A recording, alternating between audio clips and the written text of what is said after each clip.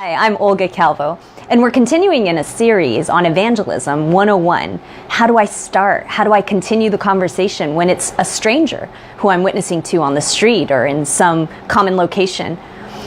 One thing that I like to do is I like the direct approach. Some people, they talk about natural things, hey, do you shop here often? And then they segue into spiritual matters. I tend to go straight to the point.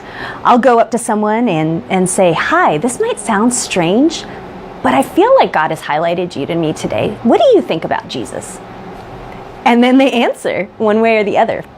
They might answer the question posed to them, who do you say that Jesus is? That really is the crux. If you ask people, are you spiritual? Most people are. Do you believe in God? Most people do. But who do you say Jesus is really gets to the point of the matter. Are they saved? Do they know him personally? I might say, I'm in the neighborhood. I'm sharing the gospel. Have you ever heard the gospel? Oh, yeah.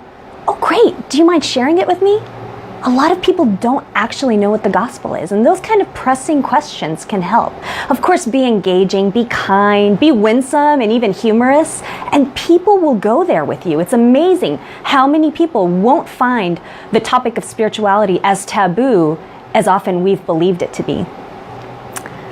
I like to say, what's keeping you from surrendering to Jesus? If they say, well, yeah, I've heard about it, but I don't really go to church. Oh, wow, that's interesting. What's keeping you? You'll get some really interesting answers and some real keys to that person's heart that then you can help navigate through talking to them or actually praying with them that Jesus himself will help them overcome those things. Ask them permission. Well, do you mind if I share how I found out who Jesus is? Do you mind if I share my story with you?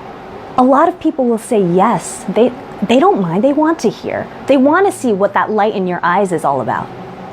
So the direct approach is my favorite approach. One other approach that is direct is called the 1-minute witness. You ask them, hey, may I ask you a question?